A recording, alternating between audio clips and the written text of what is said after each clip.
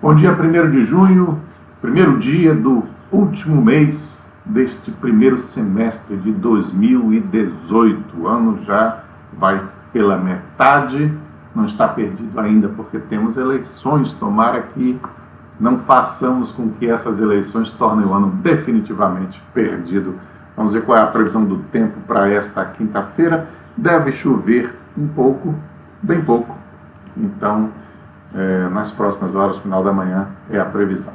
Capas dos jornais, Jornal Correio, destacando lá em cima a vitória do Flamengo sobre o Bahia, 2-0, mas a manchete relacionada com a greve dos caminhoneiros, que continua a ser o assunto no país. Chegou a conta, população pagará benefícios aos caminhoneiros, é o que diz o Jornal Correio em sua manchete. No Jornal Folha de São Paulo, abrindo, para bancar corte no diesel, governo onera exportador. E União tira ainda 3,4 bilhões das verbas para transporte, saúde e educação. No Jornal Estado de São Paulo, exportador e a área social vão pagar a conta do diesel. E aí a foto do Michel Temer na capa aqui, em oração na Igreja Assembleia de Deus. Vai precisar de todo tipo de... apelar para todos os recursos o Michel Temer para ver se escapa de mais essa imensa crise que está longe de terminar. E o Globo é mais explícito. O Globo, cortes em educação e saúde vão pagar conta do diesel. Porque quando falam em educação e saúde, as pessoas sentem mais o impacto da coisa, né? Isso é mais chocante. E o jornal O Globo, as organizações Globo, ao mesmo tempo que tentam preservar e evitar, por exemplo, dar corda para essa conversa de golpe militar, que covardemente é chamado de intervenção, para ver se fica mais bonitinho, mas é golpe, ditadura. E aí, ao mesmo tempo que é obrigado a tentar preservar o governo Temer, é contra o governo Temer, e foi quem revelou o caso do Joesley, que é a origem de uma boa parte dessa confusão que hoje vive o governo Temer. A grande origem mesmo é o fato de ele ter sido um vice que tomou o poder na marra lá. Era a regra do jogo, é claro, mas sempre eu digo isso. No TSE, assim como Dilma foi acusada e a chapa se constatou inúmeras irregularidades, como havia também na chapa adversária, era para ali Michel Temer ter sido cassado. A gente com certeza não estaria nessa instabilidade, mas passou e agora paciência. O problema é que a gente tem visto um discurso imenso, gigantesco, pedindo intervenção militar. Eles chamam assim, eu volto a dizer, isso é um nome bonitinho, covarde, para quem está, na verdade, pedindo ditadura. É uma coisa incompreensível, porque o cara está fazendo um protesto para pedir essa ditadura militar, e na ditadura militar acabou o protesto. Ele não pode ir para a rua fazer protesto. Pode tentar e tomar porrada. Então, como é que se pede uma coisa que vai lhe tirar direitos? É realmente lastimável esse pensamento. Porém, é um pensamento crescente. E a mídia tradicional tem tentado segurar isso. A mídia tradicional tem tentado evitar que as pessoas tomem conhecimento da dimensão desse movimento. Esse movimento não é pequeno e ficou muito evidente nessa greve de caminhoneiros. Há dentro desse movimento um pedido muito intenso, muito forte por essa entrada dos militares no poder, pela derrubada do governo Temer e qualquer outro. E não é coisa de gente infiltrada, não. É coisa de caminhoneiro mesmo. Eu passei esses dias ouvindo incontáveis depoimentos e declarações de caminhoneiros no sistema de rádio deles, que se comunicam via rádio, em canais no YouTube. A mídia tradicional tem escondido, por exemplo, os caminhoneiros estão fazendo agora protesto em Brasília. Não chegou nem perto da dimensão que eles pretendem, mas a ideia é ocupar Brasília. Essa convocação foi feita logo no dia em que o noticiário todo já dizia, olha, acabou a greve dos caminhoneiros, a coisa agora está mais tranquila, mas o líder deles, aquele conhecido como Chorão, pediu para os caminhoneiros se dirigirem a Brasília. E eles estão tentando organizar isso lá, a gente vai mostrar um pouquinho disso. Peço que todos descarreguem seus caminhões para abastecer a população e pegue os seus cavalinhos e venha para Brasília. E aqui nós vamos continuar. Nós precisamos colocar aqui uns 50 mil caminhões aqui dentro, cavalinho e o que seja. Então eu preciso da compreensão de vocês, para a gente forçar o governo a ter um diálogo. Fica com Deus, tamo junto.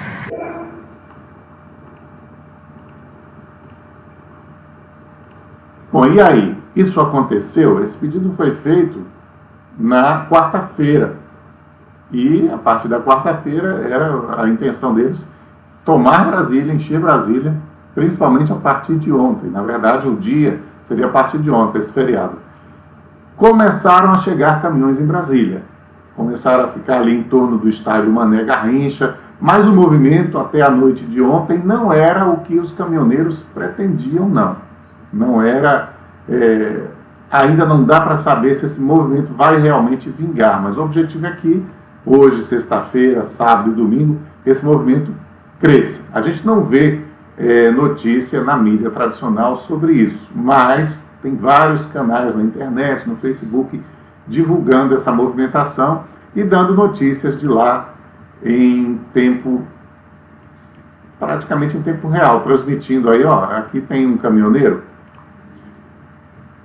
Justamente eu retirei o som, mas ele está aí fazendo a narração da situação, do momento lá, e mostrando isso ontem à noite, evidentemente, aí as imagens de noite, e hoje de manhã eles não publicaram nada ainda, porque eu imagino que o movimento não esteja obtendo o crescimento que eles esperam, ou então os canais estão sendo, de alguma maneira, bloqueados também. Se bem que isso é feito por gente individualmente, o pessoal precisa descansar, precisa dormir. Mas o caso é o seguinte: os caminhoneiros não ficaram satisfeitos com o acordo que foi feito com o governo.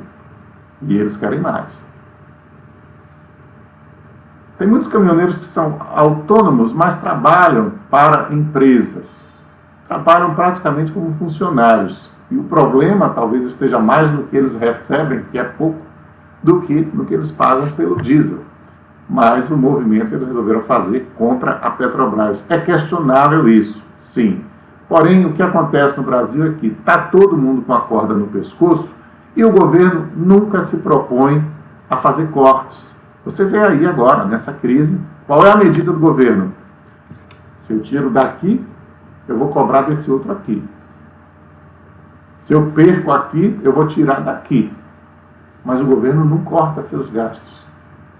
E a gente vai bancando gastos exorbitantes do governo, o governo sufocando a sociedade com tanto imposto, tanto imposto, tanto imposto, e benefício para a sua cúpula, benefício para funcionários públicos que formam uma elite privilegiadíssima no Brasil, com salários acima de 20 mil reais, com um monte de benefícios que fazem com que eles extrapolem o teto da Constituição, que é de 33 mil, um monte de gente, incontáveis, perdidos por aí, pelos estados todos do Brasil, ganhando acima do que ganha o presidente da República, por meio de 1001 manobras que eles nunca se dispõem a encerrar, a cessar.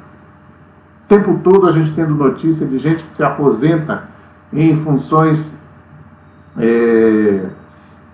por exemplo, no Tribunal de Justiça da Bahia, em funções que na iniciativa privada recebem salários baixos, aí o cara se aposenta depois de acumular um monte de penduricalhos no salário, com 30 mil reais, 40 mil reais, o tempo inteiro é isso.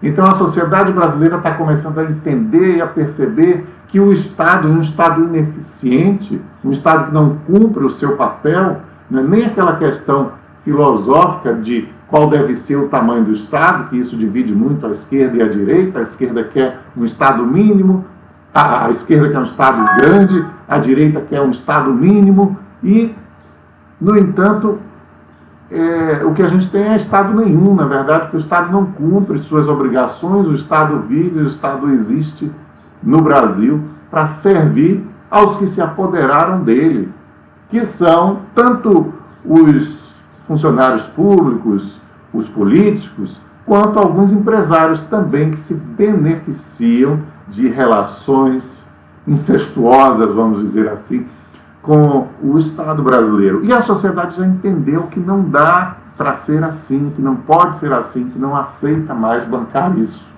Um exemplo que eu não me canso de citar é que a Assembleia Legislativa da Bahia, que tem pouco mais de 60 deputados, essa é a razão de existir a Assembleia Legislativa, é evidente que ela tem um monte de funcionários, mas que são todos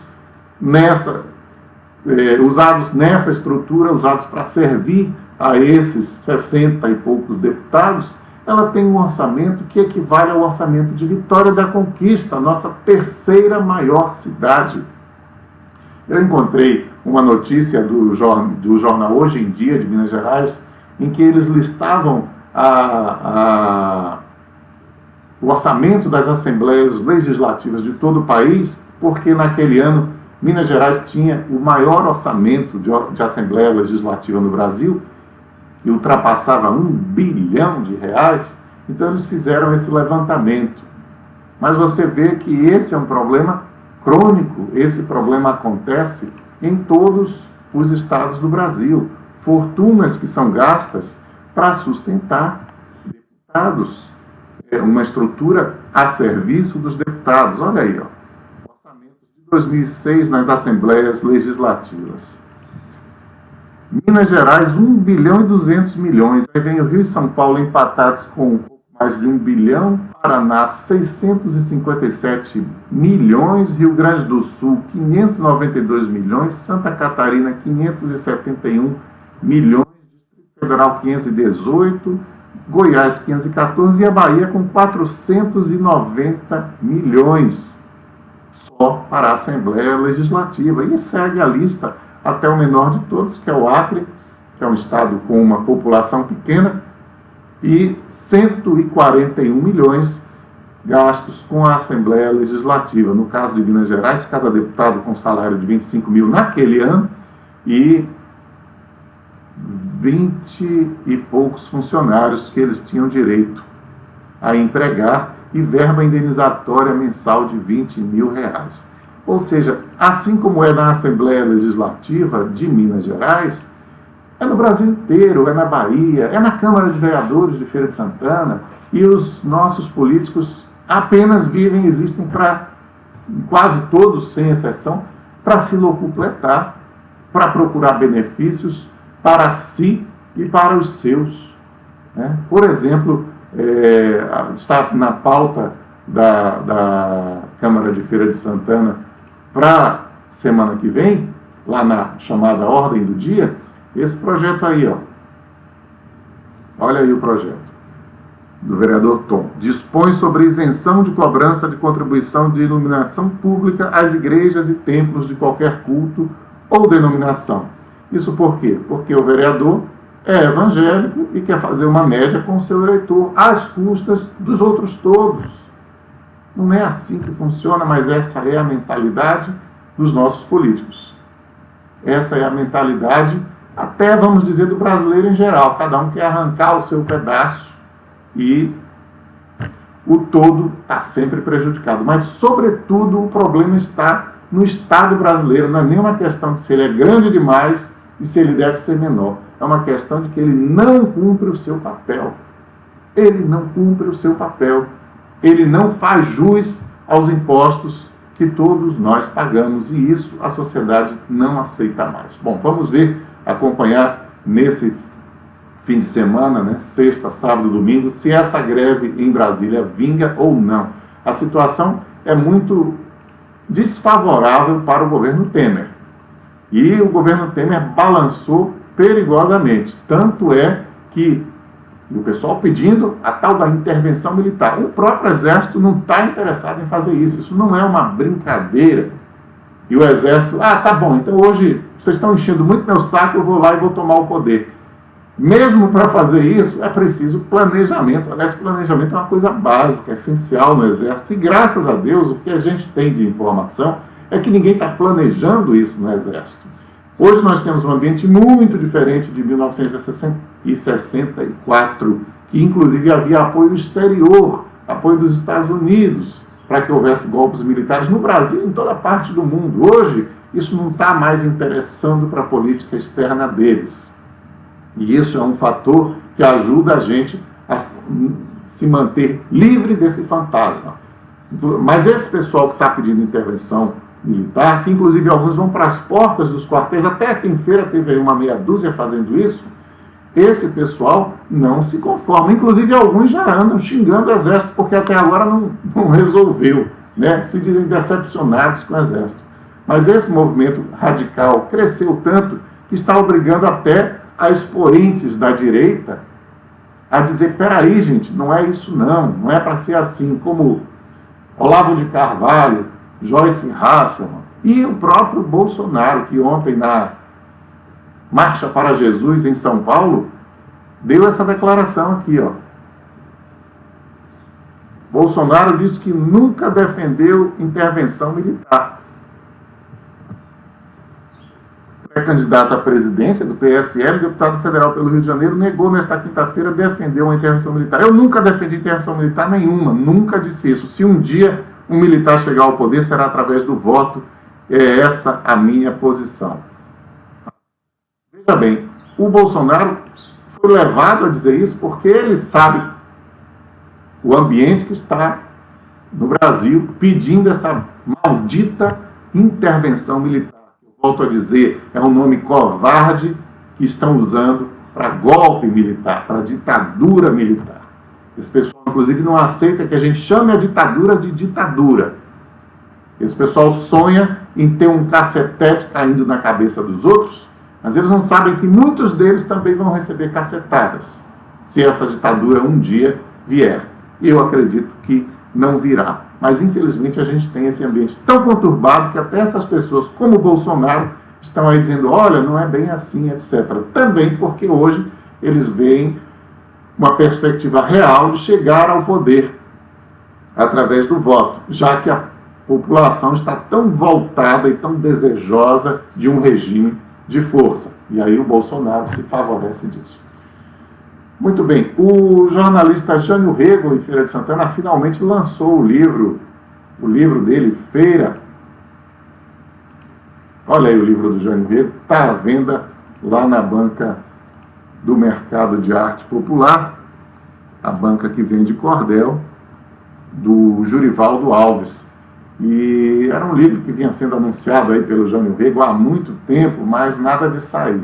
E finalmente agora apareceu, e o jornalista André Pomponé, aí na Tribuna Feirense, escreveu um texto, como sempre, seus ótimos textos na Tribuna Feirense, dando detalhes e instigando a curiosidade do leitor para adquirir o livro do Jânio Rego, do célebre bordão, Feira, eu te conheço. E o nome do livro não poderia ser outro, Feira. Então é interessante ir lá na banca do Mercado de Arte Popular, a banca do Cordel, e procurar pelo livro do Jânio Rego. A gente vai ficando por aqui nesta sexta-feira, estaremos de volta na segunda. Um abraço para você e até lá.